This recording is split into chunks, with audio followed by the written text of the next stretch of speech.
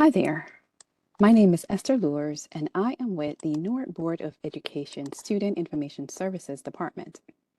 In this presentation, I will review how to use PowerSchool to monitor students' progress and report cards. This presentation was given at the Title I 37th Parent Conference in Newark. Myself and Dr. Adnan Ezad presented this information in collaboration with another team member from the enrollment department, Miss Elizabeth Hayden.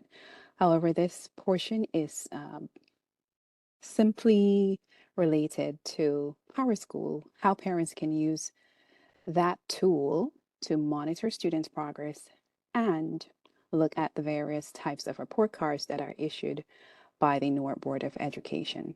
So the Student Information Services Department is responsible for managing and maintaining all students' data. That includes attendance, discipline, grades, and any personal information that's entered into the system. Most of that data comes in from Schoolmint, which is the application that is used for our student registration process and is the initial part of the enrollment cycle.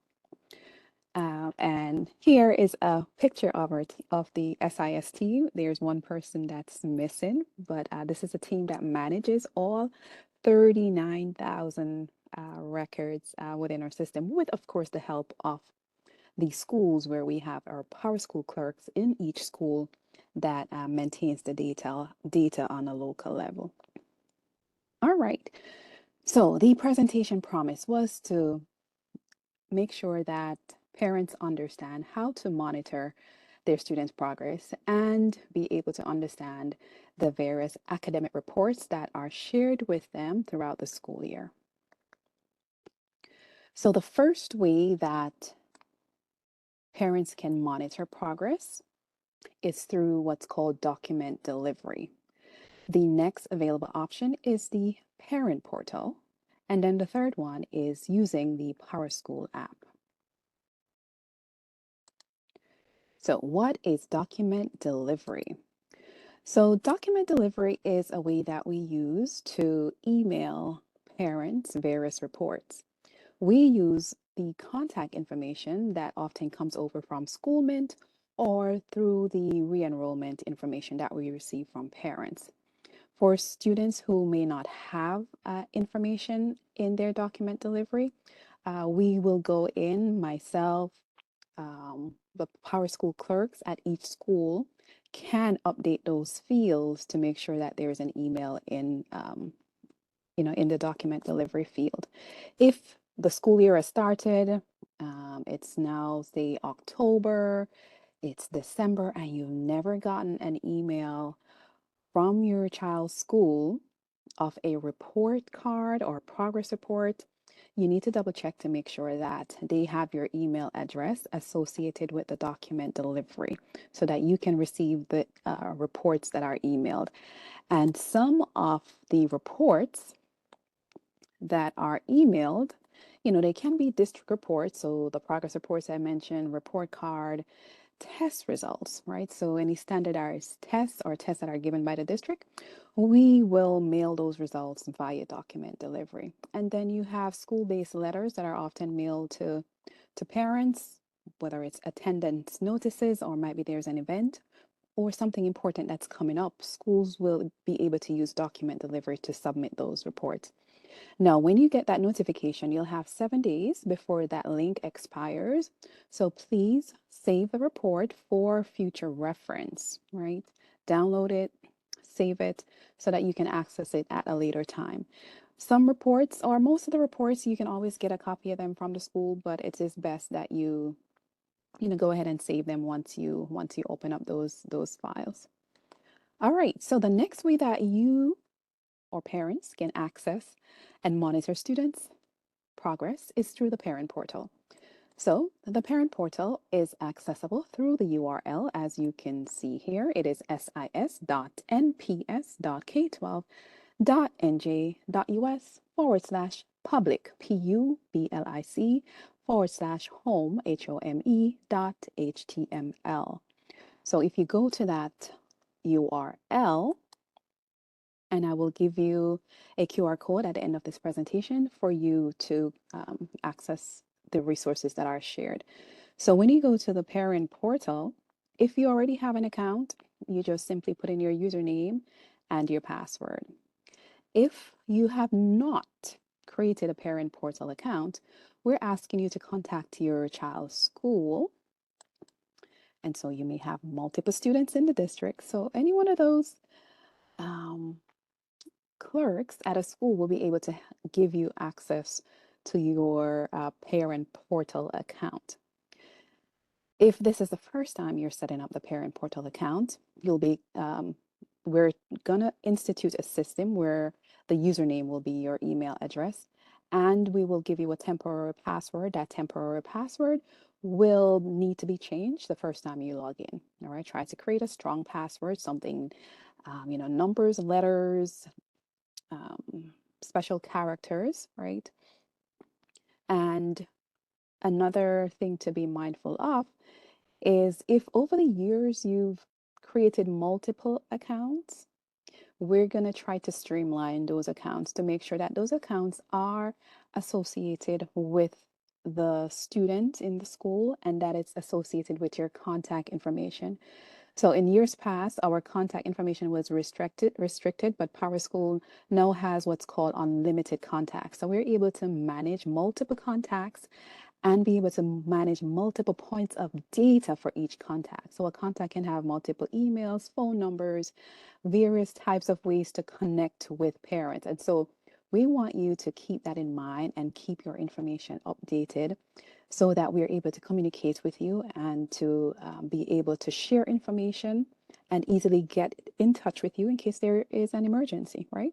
So by all means, access the parent portal, be able to, and I'll show you what you're able to do. So within the parent portal, this image might be a little blurry, but from the parent portal, you can see students' grades and attendance, right? So the grades and attendance will be the grades and attendance for this school year. The grade history will show you the student's record if they've been in the district for multiple years. Each year that they're enrolled, you will see a summary of that information.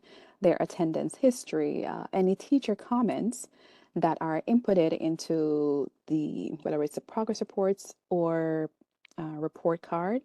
You'll see those comments throughout the school year.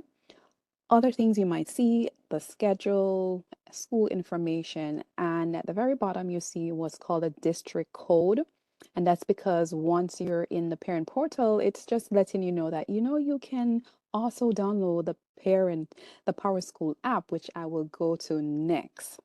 So the PowerSchool app you can download from the App Store or Google Play. You must have a parent portal access in order for you to in order for this PowerSchool app to work. All right. So first, create a parent portal account. If you don't have one, connect with your school and they'll be able to configure it for you. Once that's set up and you're able to log on, then you can go to the App Store or Google Play and download the PowerSchool app, where they're going to ask you for a code, and the district code that you will use is LKMB. All right, so that's the district code for Newark in order for you to get access to your child's information through the PowerSchool app. And the only major difference with the app is that it's on your phone, it's on your mobile device.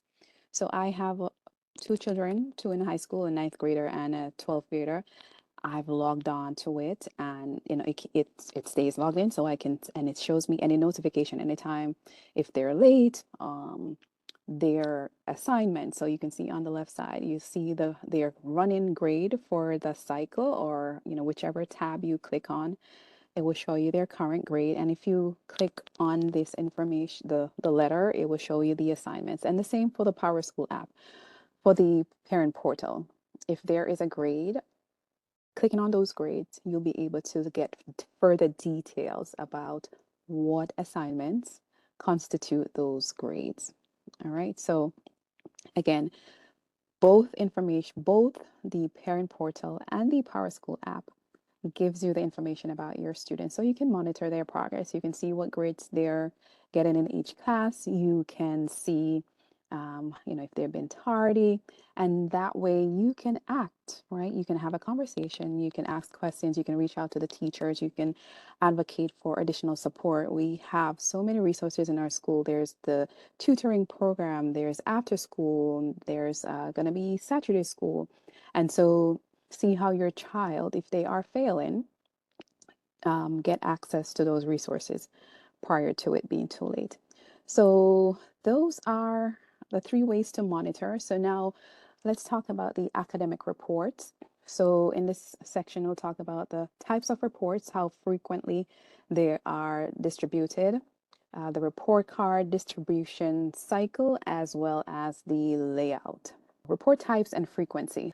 Pre-K students do not get report cards. So elementary K through 8, and then our high school is grades 9 through 12. So there are K-12 progress reports and K-12 report cards, and these are issued on a quarterly cycle. So you can expect the progress reports to be distributed around 45 days into the quarter. So this year, we started school on September 5th. So around October, I give you the exact date shortly, beginning of October, you should expect to see a progress report telling you how the child is doing. And that will go into the report card, which often is distributed at the end of the cycle. So the progress report, mid-cycle, report card, end of cycle. So these are the progress report distribution dates: October 4th, December 19th, March 6th, 2024, and May 23rd, 2024. Now, let's take a look at the progress reports for grades K through 8. As you can see, on the left side will be the student's name, their grade, their ID number. In the middle of the report will be the school information, the principal's name, the school address, phone number, the report card name, and the quarter that it is associated with. You will also see the teacher's name, their homeroom, and any absences and tardies for that school year. Below is the information for each course, the teacher's name, and the comments that each teacher gave the student. In the high school, grades 9 through 12, the report is somewhat similar, but as you can see, there is an extra column called period, which tells you the period that of the day. HR stands for homeroom, and then the list of courses, the teacher's name, and the comments that the teachers gave the student.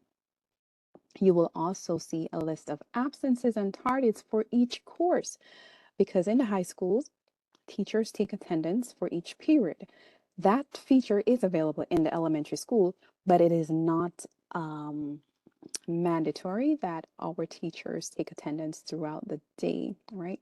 As long as they take homeroom attendance, then that is fine. So this is a look of what the progress report look is like.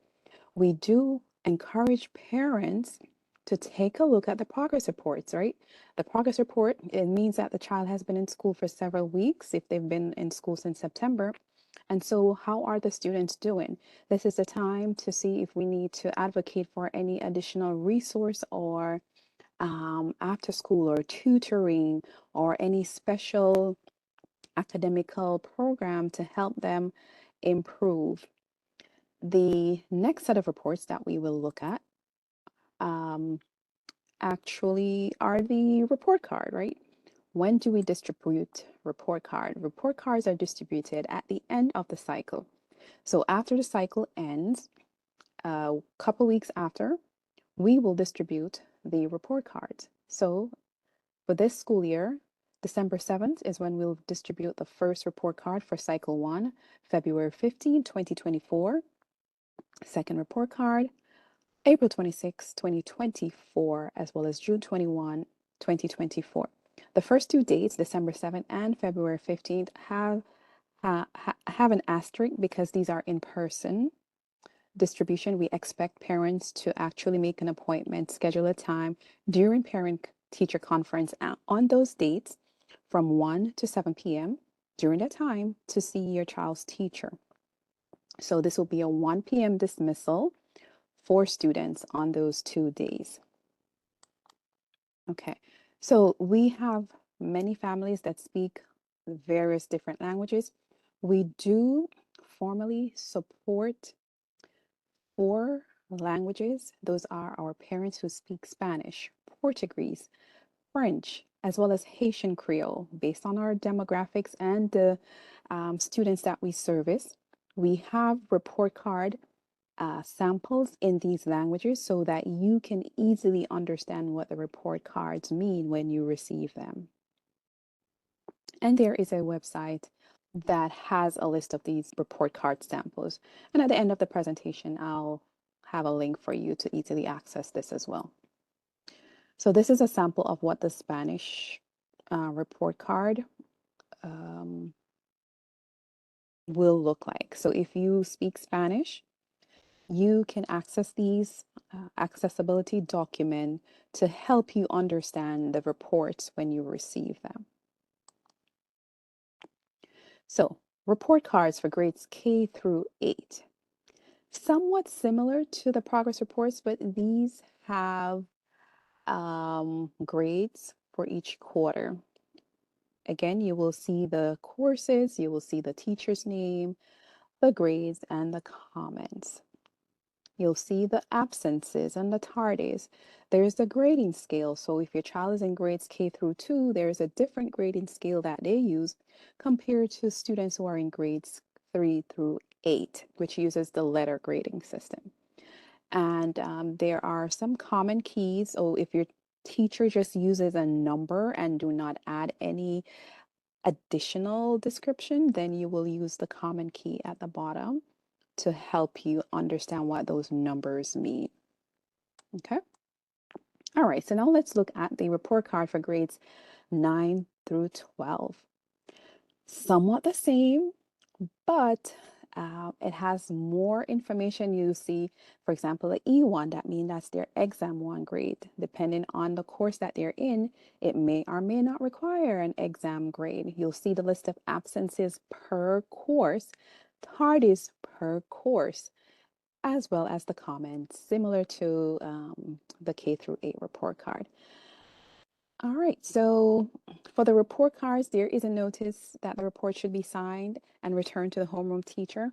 So, each school will let you know how to proceed in terms of, having that accountability to make sure that you receive the information and return it to them. So that was the presentation that was given at the Newark Board of Education 37th Title I Parent Conference. Oh my gosh, 37, that's a long time. So I do salute and congratulate the organizers of this event.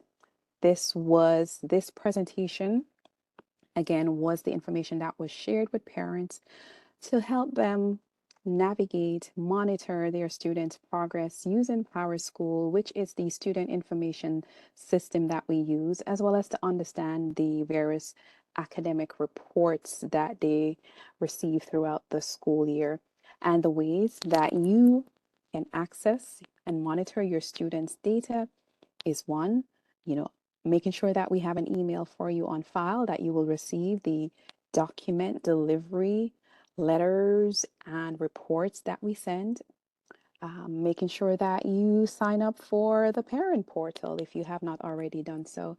And then if you have a mobile device, who doesn't, you can download the PowerSchool app after you've gotten parent portal access so that you can have on-demand, easy access to your students' information. And the report cards are there. If your child has been in school and you have not gotten a progress report, please reach out to their teacher to make sure you understand what is happening so that we don't wait until they get an F at the end of a cycle to now do something. All right. We want to keep monitoring and supporting, right? How can we support our students to be successful throughout the school year? And salute to those students who are doing well and keeping up and getting all A's and B's and honor rolls and super honor rolls. Okay, so what are some resources that are available? First and foremost, visit the district's website, www.nps.k12.nj.us. Your students, your child's school website, it also is also a great resource for you to access. They will often have, calendar of events that are happening. You can easily access, might be instructional resources from teachers. So your schools, your students, school's website, and the person at the school that you want to connect with if you have any questions with PowerSchool is the PowerSchool clerk. All right. So if you need information about the parent portal or getting on the app, having an issue, contact the PowerSchool clerk. If they can't help you, they will more than likely reach out to myself, Esther Lewars, or Dr. Adnan Ezad, who also supports the elementary school. We also have Babu Yalaman and Pot Pontiero, who supports the high school. The other person is the parent liaison, who can help you navigate and get to the resources that you need. And the technology lead is often a very great resource to connect with.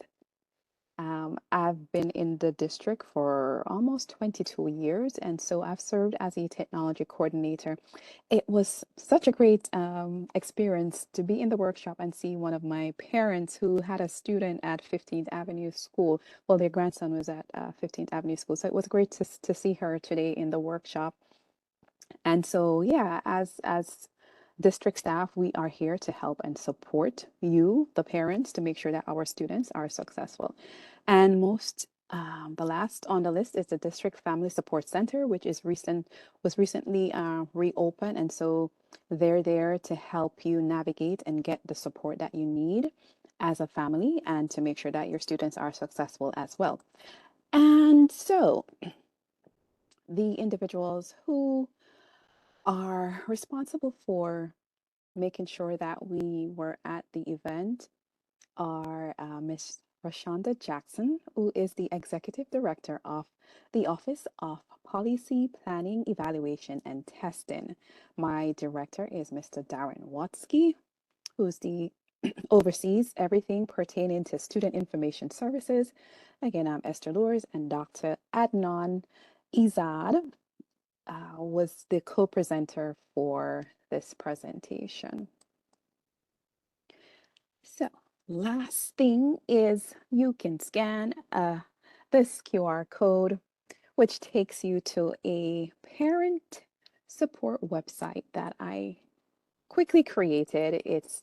Doesn't have everything on there, but you can get access to this presentation that I went through, as well as links to how to connect to the PowerSchool app and how to log into Parent Portal. All right, so if you scan this QR code, the actual website is very small at the bottom, but if you can see it, you can also type that in, but scan it, go to it. If there's anything that you think need to be added or any other information that you need, please reach out to me, Hacks, the clerk at your child's school, to connect with me as well. So thank you very much, and hope you found this informative.